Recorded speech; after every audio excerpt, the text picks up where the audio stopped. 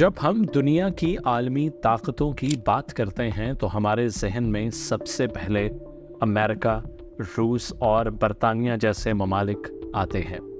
ये वो ममालिक हैं जिनके पास नाकाबिले शिकस्त अफवाज, ताकतवर खुफिया इदारे और ऐसी जदीद टेक्नोलॉजी है जो दुनिया के किसी भी मुल्क की हुकूमत को चंद दिनों में गिरा सकती है। लेकिन इन तीनों ममालिक में एक बात मुश्तरक है, ये सब अफ़गानिस्तान को फतह करने में नाकाम रहे।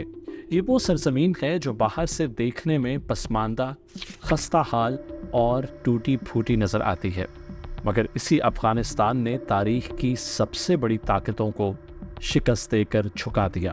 तो आखिर अफ़गानिस्तान को नाकाबिले शिकस्त बनाने वाली ताकत क्या है? वो कौन सी वजूहात हैं जिनकी बिना पर बड़ी बड़ी आलमी ताकतें अरबों डॉलर खर्च करने के बावजूद आखिरकार पसपा हो जाती हैं?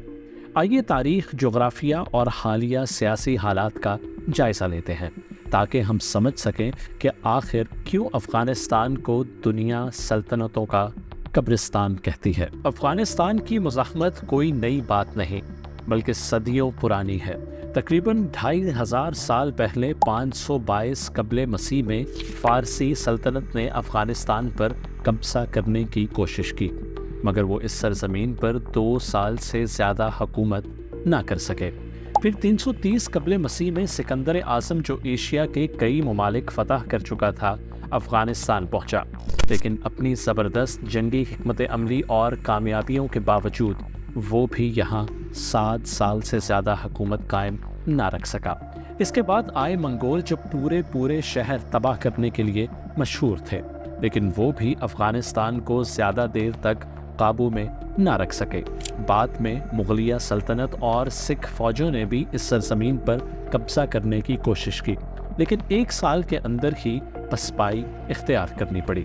19वीं सदी में बरतानवी सल्तनत, जो इंसानी तारीख की सबसे बड़ी और ताकतवर सल्तनत समझी जाती है, अफ़गानिस्तान पर 3 मरतबा हमला किया और हर बार बुरी तरह शिकस्त का सामना करना पड़ा। 1842 में काबुल से एक बरतानवी फौजी दस्ते की वापसी के दौरान 16,000 में से सिर्फ 1 सिपाही जिंदा बचा। अफ़गानिस्तान ने तब भी दुनिया को ये वाज़ेह पैगाम दिया, ये सरजमीन झुकने वाली नहीं है। सन 1979 में सोवियत यूनियन ने अफ़गानिस्तान पर हमला किया ताकि काबुल में मौजूद कम्युनिस्ट हुकूमत की हिमायत की जा सके। उन्हें उम्मीद थी कि ये एक तेज़ और आसान फतह होगी, मगर हकीकत इसके बिल्कुल बरक्स निकली। इस हमले ने जन्म दिया एक लंबी और थका देने वाली गोरिल्ला जंग को, जो 9 साल तक जारी रही। अफ़गान मुजाहिदीन को पहाड़ों में लड़ने का ख़ास तजुर्बा था। वो अचानक हमला करते, सोवियत टैंकों और सप्लाई गाड़ियों को निशाना बनाते और फिर फ़ौरन पहाड़ों में छुप जाते। उन्हें अमेरिका से हथियार और पाकिस्तान से तरबियत मिल रही थी, जिसकी वजह से वो और भी ताकतवर हो गए थे। नतीजा ये निकला कि सोवियत अफवाज के लिए अफ़गानिस्तान में कब्ज़ा बरकरार रखना नामुमकिन हो गया। आखिरकार सन 1989 में रेड आर्मी को शिकस्त खोरदा हालत में पसपाई इख्तियार करना पड़ी। ये जंग न सिर्फ सोवियत मुईशत को खोखला कर गई बल्कि फ़ौज का हौसला भी पस्त कर दिया, और सिर्फ 2 साल बाद सोवियत यूनियन का शरासा बिखर गया। अफ़गानिस्तान ने एक और सल्तनत को झुकने पर मजबूर कर दिया। सिर्फ 12 साल बाद 2001 में 9/11 के हमलों के बाद अमेरिका ने अफ़गानिस्तान पर हमला कर दिया। उनका मकसद था अल-कायदा का खात्मा करना और तालिबान को हुकूमत से हटाना। लेकिन ये सिर्फ अमेरिका का हमला नहीं था, बल्कि इसके साथ 13 नेटो ममालिक भी शामिल थे, जिनमें बरतानिया, जर्मनी, फ्रांस और इटली जैसे ममालिक शामिल थे। इतनी बड़ी फौजी ताकत, जदीद हथियारों और इंटेलिजेंस के बावजूद तालिबान कमज़ोर नहीं हुए, बल्कि आहिस्ता आहिस्ता दोबारा मुनज़्ज़म हो गए। ये जंग 20 साल तक जारी रही, जो कि अमेरिका की तारीख की सबसे तवील जंग बन गई। इस दौरान $2.3 ट्रिलियन खर्च किए गए, यानी रोज़ाना तकरीबन $300 मिलियन। लेकिन अगस्त 2021 में अमरीकी फ़ौज अफ़गानिस्तान چھوڑ چکی تھی اور طالبان نے کئی علاقوں میں بغیر ایک بھی گولی چلائے دوبارہ اقتدار سنبھال لیا۔ تو آخر غلطی کہاں ہوئی؟ افغانستان دنیا کے ان چند ممالک میں سے ایک ہے جہاں حملہ کرنا سب سے زیادہ مشکل سمجھا جاتا ہے۔ یہ ایک خشکی میں گھرا ہوا ملک ہے جس کے ارد گرد 6 ممالک واقع ہیں: ایران، پاکستان، چین، ترکمانستان، ازبکستان اور تاجکستان۔ افغانستان کا 75% سے زیادہ علاقہ پہاڑوں پر مشتمل ہے، جن میں سے زیادہ تر علاقہ ہندو کش کے پہاڑی سلسلوں سے ڈھکا ہوا ہے۔ یہ پہاڑ بہت سخت اور بے رحم ہیں، کچھ کی اونچائی 7000 میٹر سے بھی زیادہ ہے، جہاں کا موسم سرد، راستے خطرناک اور چوٹیاں تنگ اور پتھریلی ہوتی ہیں۔ غیر ملکی فوجوں کے لیے ان حالات میں کام کرنا انتہائی مشکل ہو جاتا ہے۔ فوجیوں کو تو خوراک اور بنیادی چیزیں پہنچانے کے لیے بھی ہوائی مدد لینا پڑتی ہے، مگر افغان جنگجو وہ تو ان پہاڑوں میں نسلوں سے رہتے آ رہے ہیں۔ انہیں ہر غار، ہر راستے اور ہر پہاڑی موڑ کا علم ہے، اسی لیے انہیں اپنی سرزمین کا زبردست فائدہ حاصل ہوتا ہے۔ افغانستان کو روایتی معنوں میں ایک متحد قوم کہنا درست نہیں ہوگا۔ یہ دراصل مختلف قبائل کا مجموعہ ہے۔ اہم نسلی گروہوں میں پشتون، تاجک، ہزارہ اور ازبک شامل ہیں۔ ہر قبیلہ اپنے علیحدہ رہنما اور روایات کے تحت زندگی گزارتا ہے۔ اسی بکھری ہوئی قبائلی ساخت کی وجہ سے غیر ملکی افواج یہاں دل اور دماغ نہیں جیت سکتی۔ وہ ایک قبیلے سے دوستی کرے تو دوسرا ناراض ہو جاتا ہے۔ یہی بدلتی وفاداریاں اور آپس کے اختلافات افغانستان پر قبضے کو ناممکن بنا دیتے ہیں، یہاں تک کہ کابل میں موجود مرکزی حکومت بھی دور دراز دیہی علاقوں پر مکمل کنٹرول حاصل کرنے میں ناکام رہی ہیں۔ غیر ملکی طاقتوں کے لیے پورے افغانستان کو کنٹرول کرنا ریت کو مٹھی میں تھامنے جیسا ہے، جتنا زور لگائے اتنی ہی تیزی سے پھسلتا جاتا ہے۔ 1893 میں برطانوی حکمرانوں نے افغانستان اور بر صغیر کے درمیان جو سرحد کھینچی وہ ڈیورنٹ لائن کہلاتی ہے۔ یہ سرحد 2640 کلومیٹرز طویل ہے اور اس نے پشتون قبائل کی زمینوں کو 2 حصوں میں تقسیم کر دیا، جس سے خاندان، بستیاں اور بازار ایک دوسرے سے الگ ہو گئے۔ آج تک بہت سے افغان اس سرحد کو تسلیم نہیں کرتے۔ یہ سرحد انتہائی غیر محفوظ ہے، جس پر 300 سے زائد راستے ایسے ہیں جہاں سے لوگ بآسانی آ جا سکتے ہیں۔ اکثر پر کوئی نگرانی بھی موجود نہیں ہوتی۔ اسی وجہ سے یہاں سے اسمگلنگ، اسلحہ کی منتقلی اور جنگجوؤں کی آمد و رفت عام ہے۔ افغان جنگجو اکثر حملہ کر کے سرحد پار محفوظ علاقوں میں واپس چلے جاتے ہیں۔ جب تک اس سرحد پر مکمل کنٹرول حاصل نہ ہو، افغانستان پر قابو پانا تقریباً ناممکن ہے۔ افغانستان صرف جغرافیائی لحاظ سے اہم نہیں بلکہ قدرتی وسائل کے اعتبار سے بھی انتہائی مالا مال ہے۔